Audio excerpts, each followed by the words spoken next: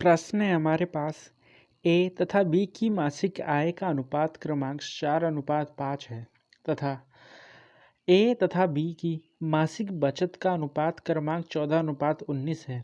यदि ए तथा बी में से प्रत्येक का मासिक व्यय 1200 है तो ए तथा बी की मासिक आय की बीच कितना अंतर होगा। ये रहे आपके सारे ऑप्शंस। ठीक, अभी इस प्रश्न को कैसे हल करना है तो आइए समझते हैं।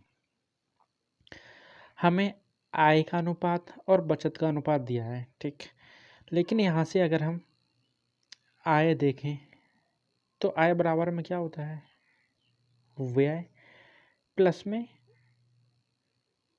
बचत। ठीक है, अगर मैं आय में से व्यय को माइनस कर दूं तो हमारे पास क्या आ जाएगी, बराबर में बचत। ठीक है, मैंने क्या किया, कुछ नहीं किया, व्यय को इस साइड लेके गया और बराबर में बचत हमारे पास आ जाएगी। ठीक, हम इसी फॉर्मूले का यूज़ करेंगे और अपने क्वेश्चन का आंसर निकाल देंगे। ठीक है, बचत। अब देखो आय का अनुपात हमारे पास क्या है, 4:5, तो इसमें x लगाते लेते हैं। ठीक है, 4x अपॉन में 5x, तो ए की आय ये रही, बी की आय।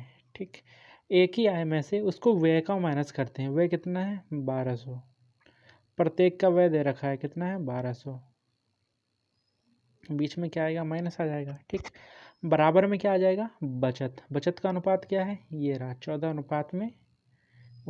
ठीक है, अब इक्वेशन बन गई हमारी, इसको सॉल्व करेंगे, हमारा आंसर डायरेक्ट यहीं पर आ जाएगा। ठीक, एक्स सॉरी आंसर तो नहीं आएगा लेकिन एक्स का मान यहाँ से आ जाएगा। ठीक, फिर हम इसका आय निकाल देंगे, उसका अंतर भी निकाल देंगे।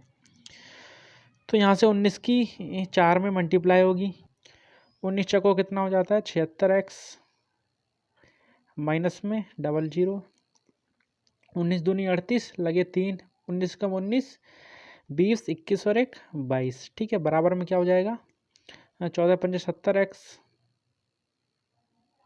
ठीक, माइनस 14 दूनी 28, लगे 2, 14 कम 14, 15 और 1 16, और यहाँ से 2 0। मैंने क्या किया, इनकी क्रॉस मल्टीप्लाई हो गई।